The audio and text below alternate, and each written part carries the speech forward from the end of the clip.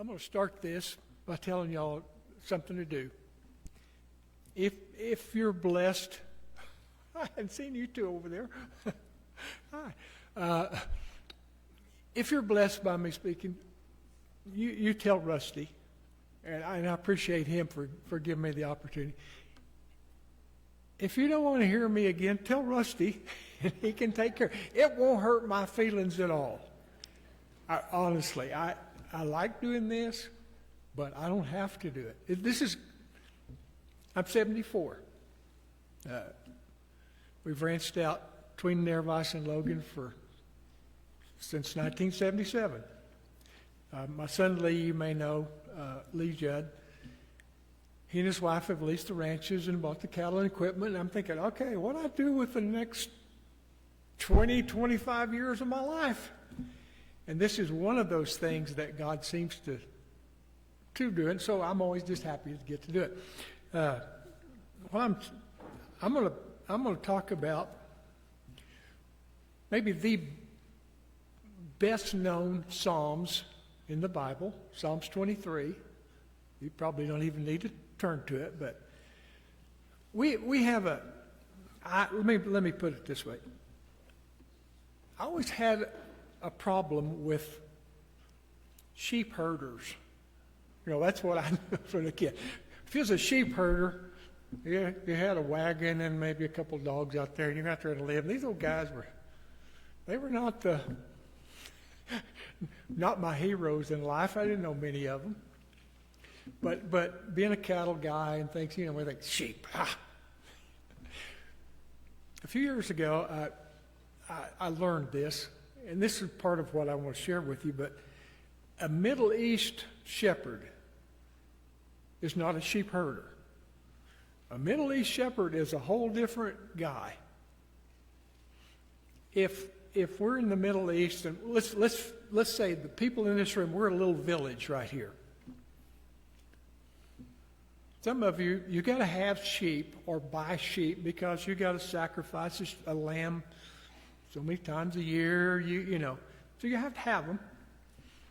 But if I have four ewes, I'm not going to go out and spend all day with somebody to take care of my little bitty flock, and you have 10 and you got 6, and so we're going to look around and find somebody to take care of all of our sheep.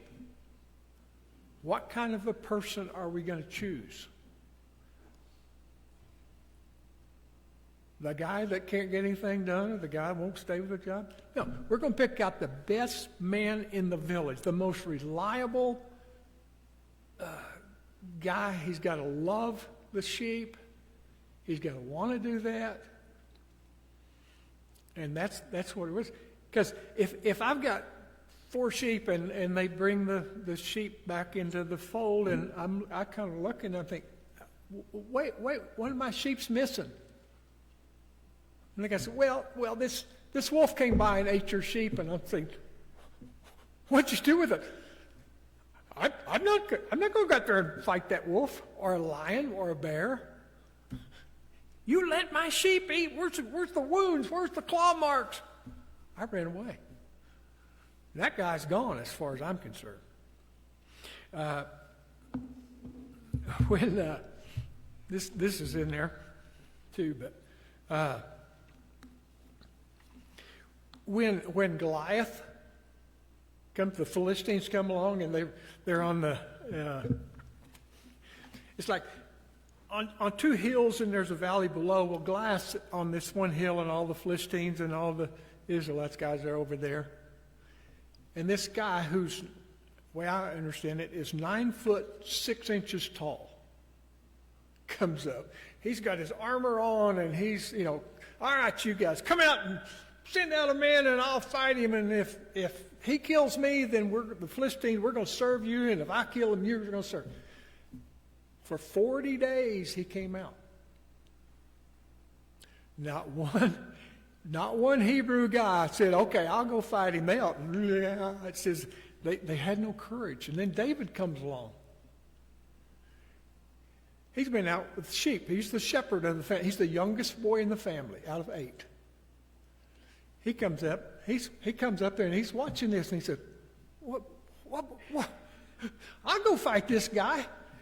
And his oldest brother says, get on back to them sheep, you little rat. You left them sheep and you get back. We judge that way sometimes too. But David, he goes, they bring him to Saul. And he said, hey, I can do this.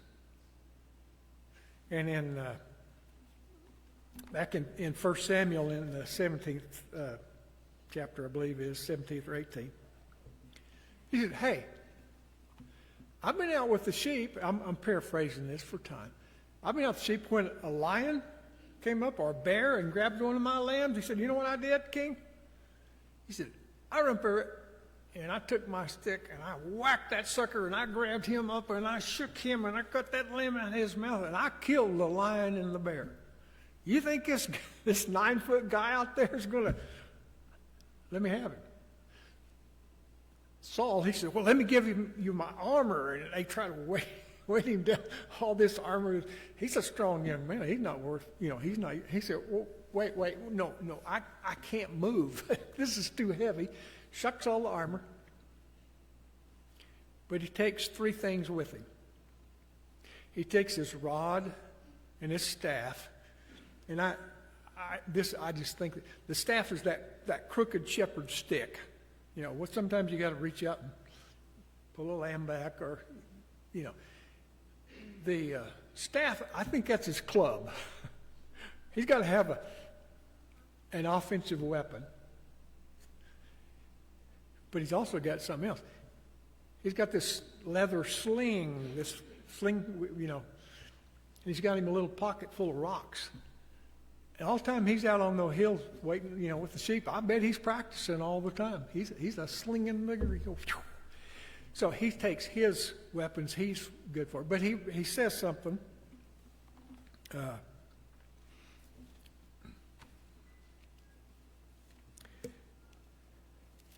In 1 Samuel chapter 17, he's telling Saul about this. And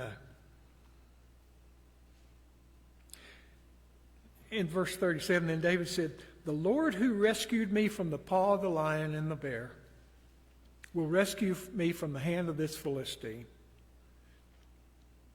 So he's looking to the Lord. He knows either God's with him and God's going to do this, or he's probably going to get killed. But he's been through experience with God, and he said, you know what? He's been faithful to me. He's been with me. The shepherds also in the Middle East, it's kind of like New Mexico. I've never been there, so I'm picturing. There's only a certain amount of water holes. And you've got several different shepherds with different flocks, and they basically got to use the same water holes. So they go,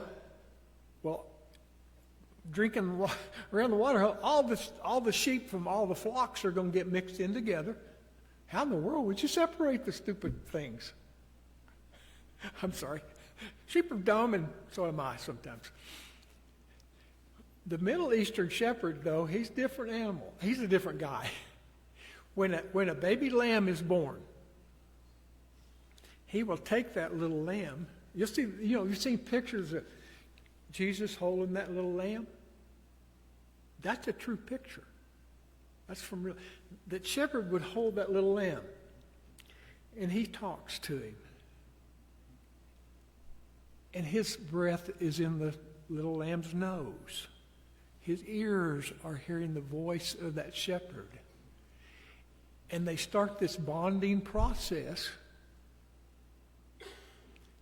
So literally, by the time that lamb is grown and he's with all of them, when the shepherds got ready to leave the water hole, I can't back up or I'd move around, but each shepherd would go out to a different direction, and each one would start giving his sheep call, kind of like a cattle call, except I don't know what a sheep call sounds like, so I'm not going to try it. But my brother-in-law, Louis James, when he first came out to New Mexico to Obar, at each well on the ranch, they had a cake house. It would hold, so many 100-pound sacks of cake, and there's straws by him. And he'd ride horseback across, calling as he went to the well, and all the cows were coming in. When they got in there, he'd go get however many gunny sacks full of cake and fill them out. This is kind of like that. Each shepherd starts calling, and his sheep start coming out to him. In John chapter 10, Jesus talks about this same thing. My sheep know my voice, and they follow me. So they have this relationship. It's not... Some of y'all know my son James. James and I used to run Border Collie stock dogs. I think we did a demonstration in Tucumcari or stuff. Well, they didn't. They had some guard dogs maybe, but we used them. The dogs put the pressure on, and we led by the dogs biting them on the heel. Now these guys, they just lead out, and his sheep start following him. Once, as they say, once all the sheep are separated out, well, then he goes on. Okay, let's look at Psalms 23. So we're going to be using it, but just remember, these sheep have a relationship with the shepherd. Not force, not pressure, not pinning them up in pens and stuff. David has been the shepherd of the family, so he knows sheep. So we got a shepherd talking. The Lord is my shepherd. So who's he talking about here?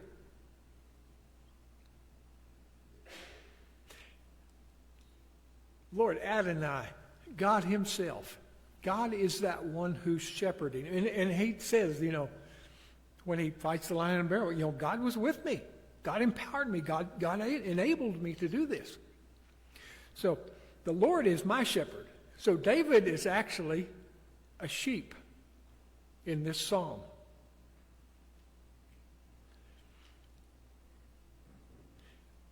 The Lord is my shepherd. My version I use, I like better. I have what I need. He meets my needs.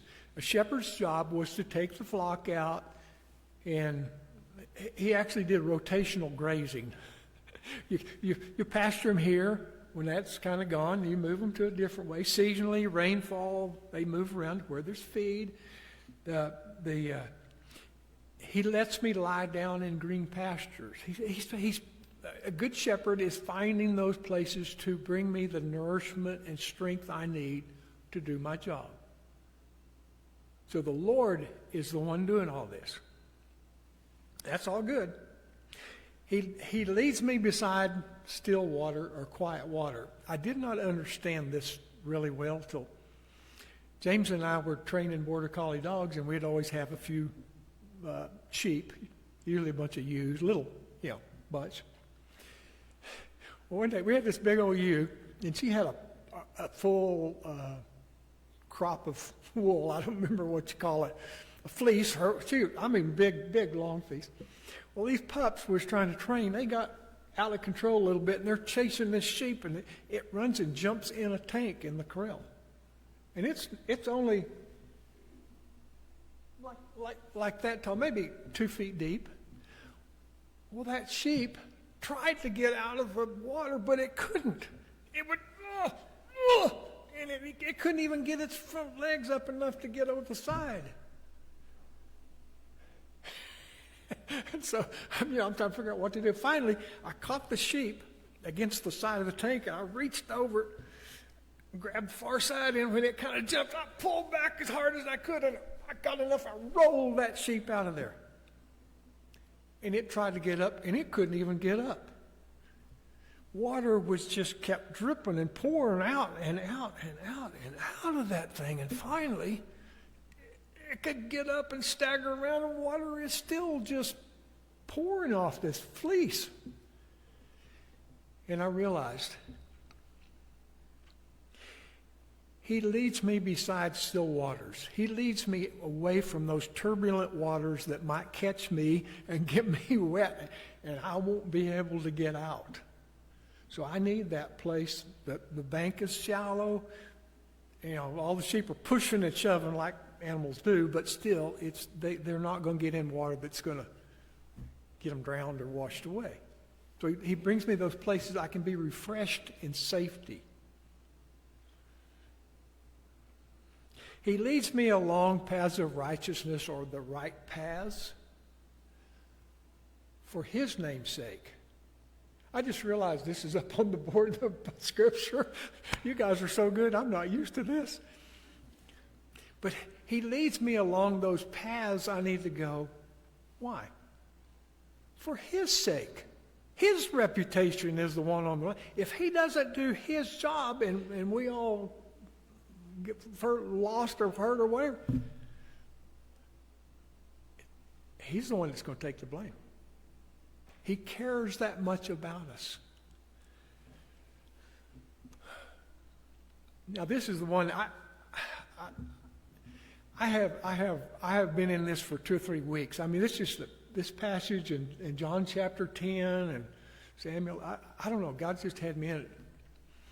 This next one is the one that I really want to focus on.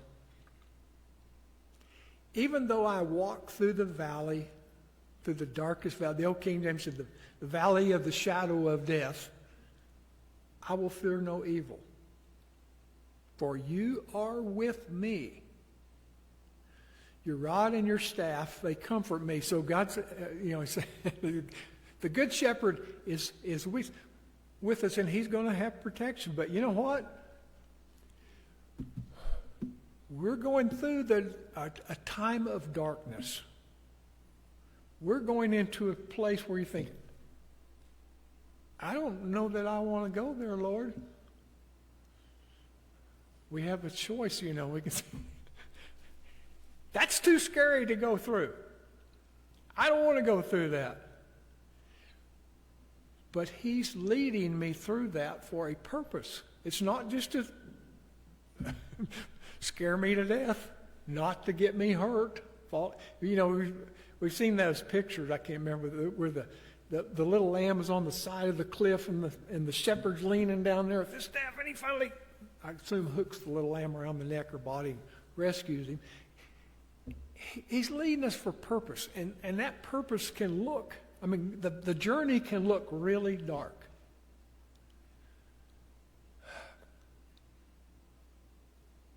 That journey can be all kinds of things.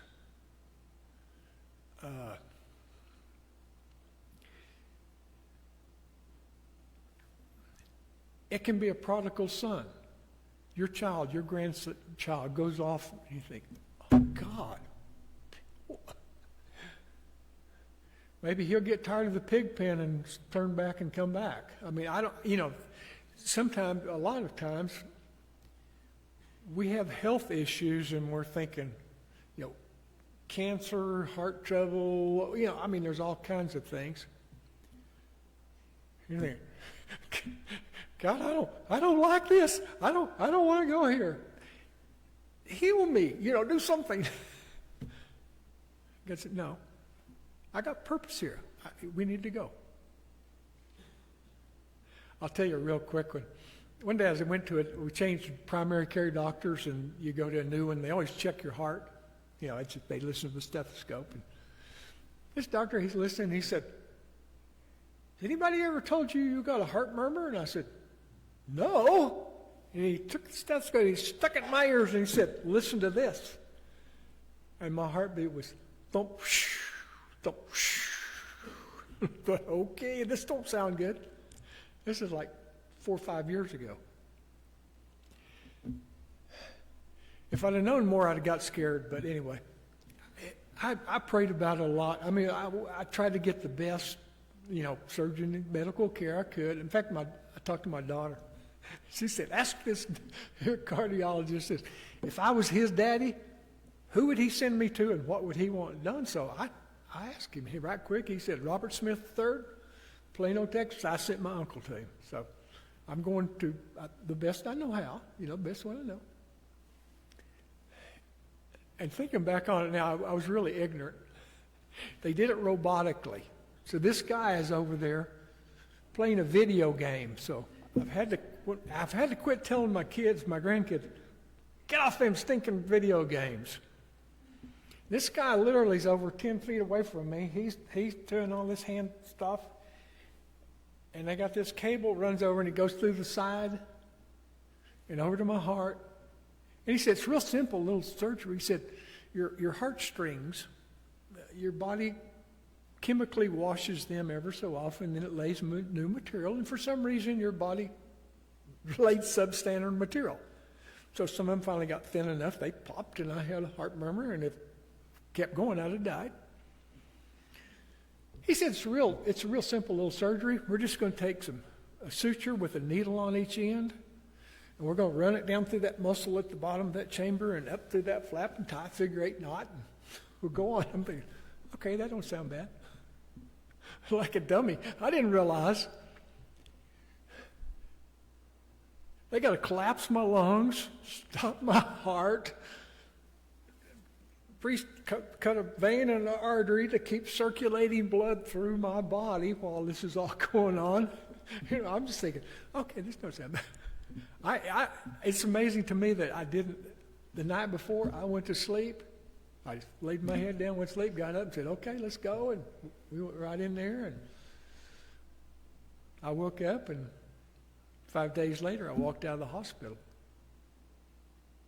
And I thought, that's unusual, because I'm a guy that I can imagine everything that can possibly go wrong, and I can be dwelling on that, and pretty soon I'm just tighten.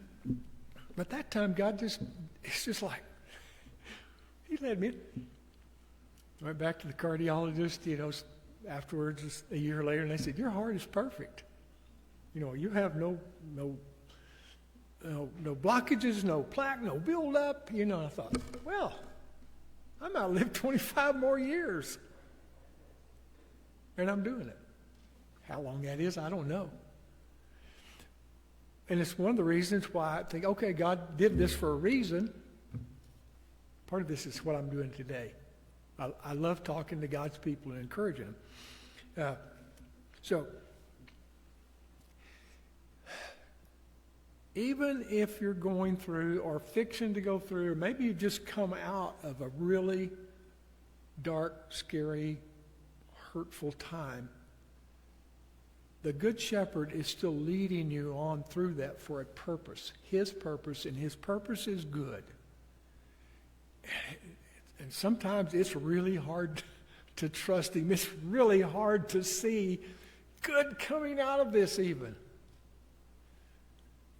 But He's the Good Shepherd. I don't have time to tell you a story about my mother, but I'll just tell you that she had tuberculosis, 1940.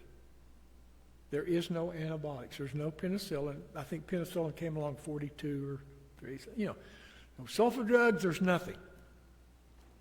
When she's diagnosed, her dad and her granddad loaded her up in a car on the other side of the Panhandle, hauled her down to what they call Sanatorium, Texas. It was a quarantine hospital for tuberculosis people.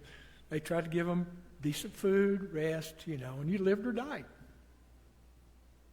She's there 9 months. You know, it says, and while she's in there, my crazy daddy drove down there and proposed to her. That's a real love story. Even his mother tried to talk him out of it. He finally said, Mother, I'd rather have one day with married life with Olene Anderson than a lifetime with any woman I know. They ran off and got married Pearl Harbor Day night because they knew he was going to war. I mean, they had a real story, but through some really dark, dark times. And they happen, you know. Ultimately, Mother got well. Dad spent 2.5 years overseas, and he came back, and they barely celebrated their 50th anniversary when she died of cancer. Yeah. So, I mean, but things happen, but God is there. And sometimes, Mother was saying one time, she said, she's in that place, and she's just getting weaker and weaker and worse. And she had a lung collapse. They gave her a fluoroscope treatment. I mean, they're trying things, you know. But she's getting worse and worse and worse. And she said she just cried out to God, God, we're doing the best we know how. We're trying our best to follow you, and I'm getting worse. And my husband's overseas fighting an evil Hitler, Nazis, and you're not doing anything, basically. And she said, nothing miraculous or, happened. But very slowly, she started getting better. Very slowly, very slowly. But by the time they came back, well, they had 4 kids in about 5.5 years, babies, and all the Judd kids are here now. But life can be really hard. You may be going through something I hadn't even thought of. I don't know. But Jesus is the good shepherd. He will do anything that is right to do in your life.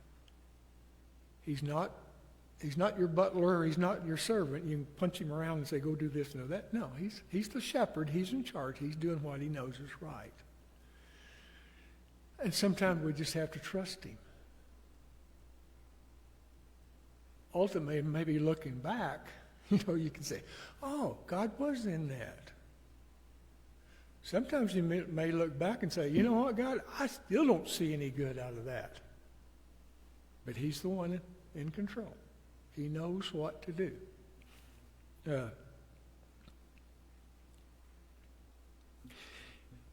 Then he says, you prepare a table for me in the presence of my enemies. You anoint my head with oil. My cup overflows. I think it's very interesting that the good shepherd is making a table, a feast.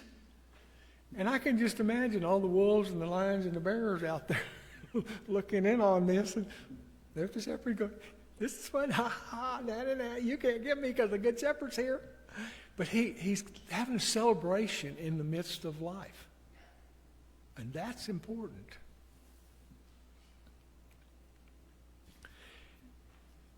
Only goodness and mercy, my version says faithful love, will follow me all the days of my life, and I will dwell in the house of the Lord as long as I live.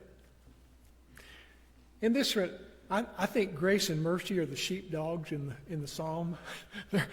Grace and mercy are pursuing me. They're keeping me lying down and keeping pressure on me. And if I'm trying to run away, I might get nipped on the ear or the nose. They turn me back. But goodness and mercy are those attributes of God, those things that he is. He's not going to leave you out there running away or lost. I'll tell you one more thing.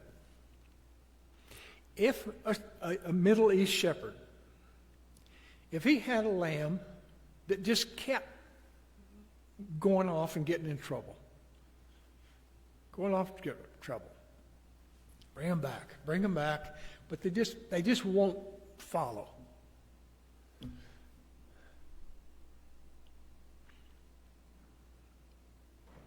They did something that sounded really, really cruel.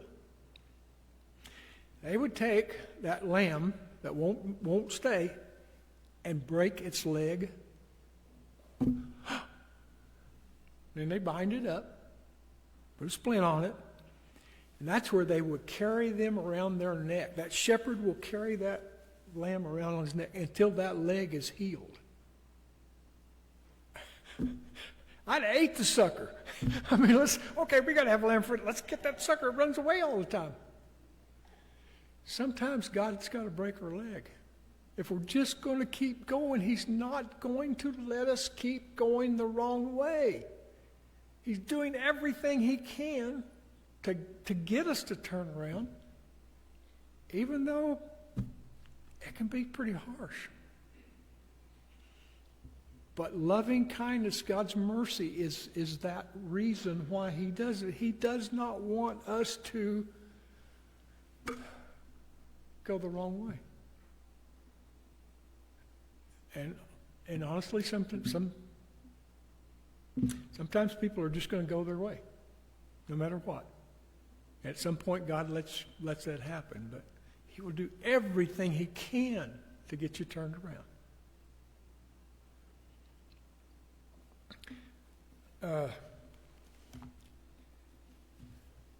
Quickly, John chapter 10. Oops. about the first 18 or 20 verses. Jesus says, though, he starts off in verse 1. He said, I tell you, anyone who comes into the sheep pen any way but through the gate is a thief and a robber. We had some country. We've traded it off. But it's on the north side of the Canadian River, back past Logan. And my wife's grandfather at one point, like 1918, 20 long, owned what the Shoenail Ranch was later. But Uncle Jesse came out after we bought that. We was on the north side there, and he came out to see it. And we were going, he said, see that round deal where rocks are out there in kind of an oval out there? You know, they were pretty much buried. I said, yeah, and he said, when he was out here, that was a sheepfold that gathered up rocks and built a wall, I don't know what it was, 2 or 3 feet high.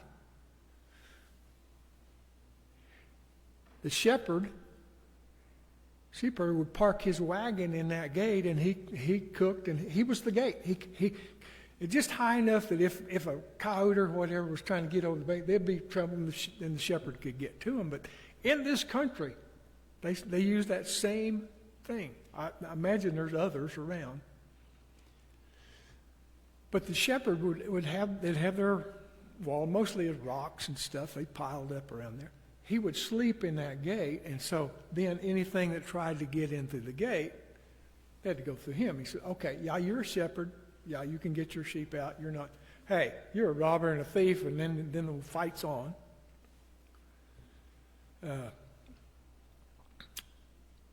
But Jesus starts on, he said, I am the gate. No man can come to the Father except by me.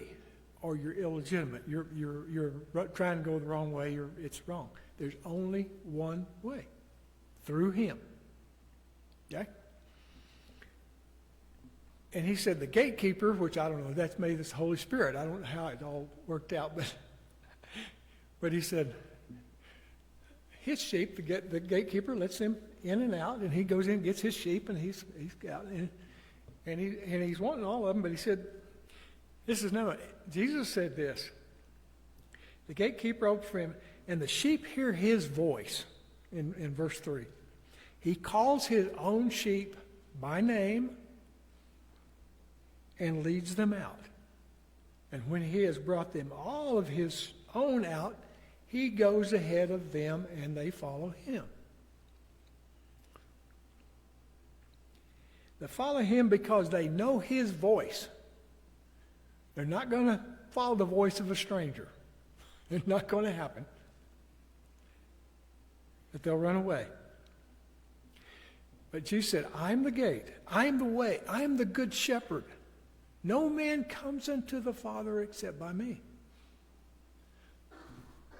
But the Pharisees, I'm reading off, didn't understand it. The very religious people, the people that were working the hardest to study the Bible, to understand and follow God, they didn't get it. They reject him because God's not doing it the way they think he will do it.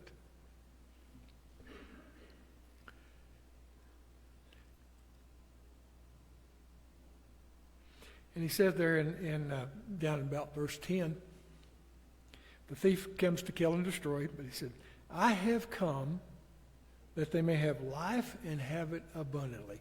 His purpose is to bring us life. Sin brings death. We are dead in our trespasses and sin. He has come to pay that price. He said, I will lay down my life for the sheep. Verse 15. He said, but I have some other sheep in another fold. I need to get them gathered up too. You know what? That's us. We're not Jewish people. We're not in Israel.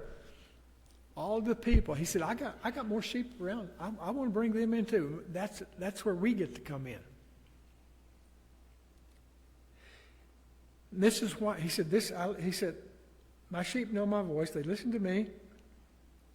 I must bring them. They'll listen to my voice, and then there'll be one flock and one shepherd. Verse 17.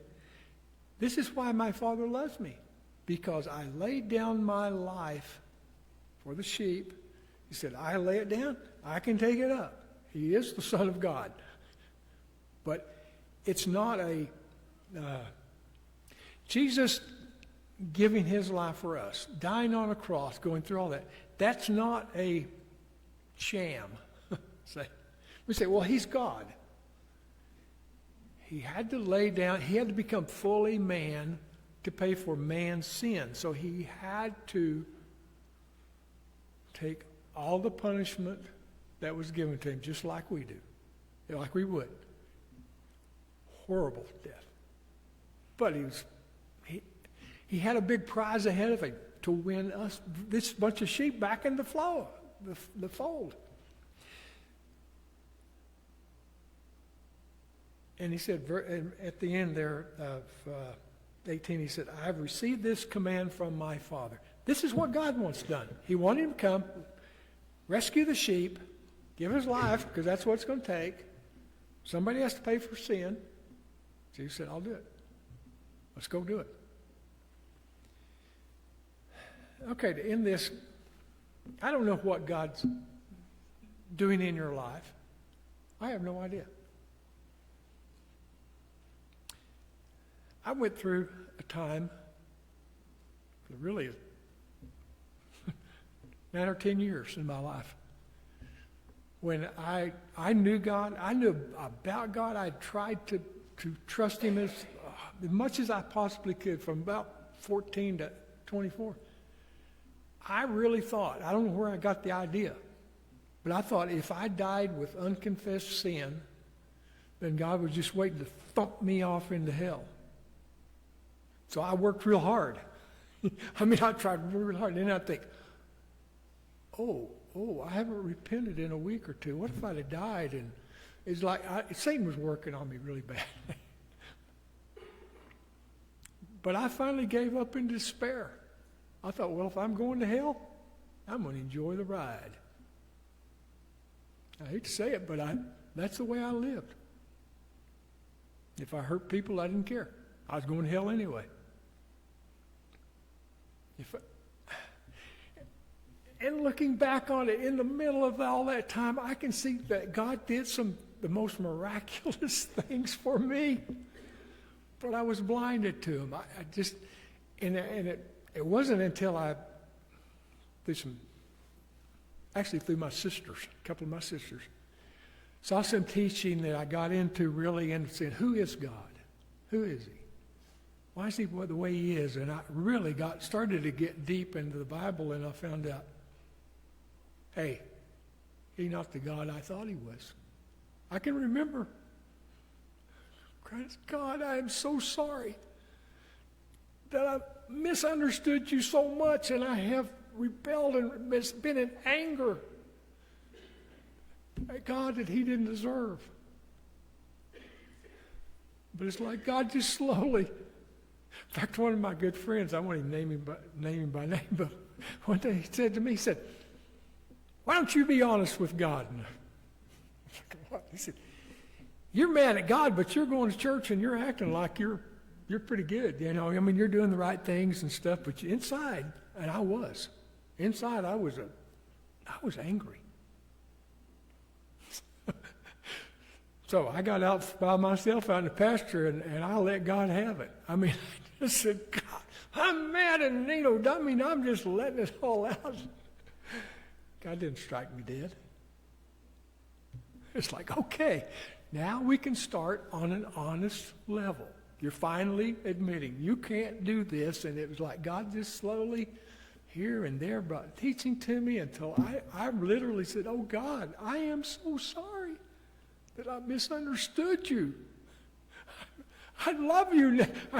You're a God I can love. I can trust. If I go through that valley of the shadow of death, if you're here, I'm okay. So I don't know where you're at in life. I don't know what your experiences are. God does. And it may be that there's somebody here. This is the invitation, by the way, from me. If you need to do business with God,